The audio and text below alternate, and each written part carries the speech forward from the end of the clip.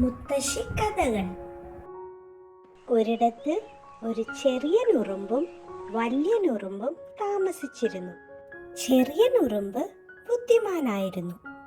വലിയ നുറുമ്പോ ഒരു മണ്ടനും. ഒരു ദിവസം ചെറിയ നുറുമ്പ് വിശന്ന് വലഞ്ഞിരിക്കുകയായിരുന്നു. അപ്പോൾ വലിയ നുറുമ്പ് ആ വഴി വന്നു. ഈ ചെറിയ നുറുമ്പേ, അടുത്ത വീട്ടിൽ നിന്ന് നല്ല നെയ്യപ്പത്തിന്റെ മണം വരുന്നുണ്ട്.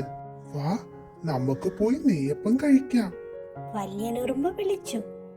വിശന്നിരുന്ന ചെറിയ നുറുമ്പ് ചാടി ഇറങ്ങി.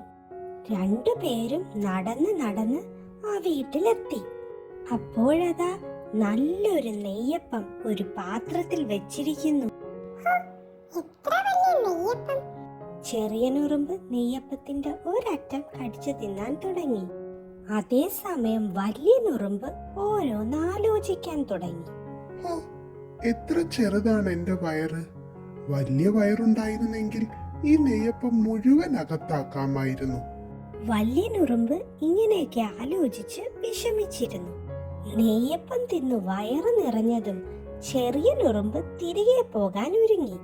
അപ്പോഴാണ് വലിയ നുറുമ്പിന് തോന്നിയത്, ഇനി ഇവനെ പോലെ കിട്ടിയത് കഴിച്ചേക്കാം. വലിയ നുറുമ്പ് നെയ്യപ്പം കഴിക്കാൻ ഒരുങ്ങി. അപ്പോഴേക്കും വീട്ടിലൊരു കുട്ടി അവിടേക്ക് വന്നു. എന്നിട്ട് നെയ്യപ്പം എടുത്ത് കറുമുറു തിന്ന് അകത്താക്കി. വലിയ നുറുമ്പ് വിഷമിച്ച് അത് നോക്കിയിരുന്നു.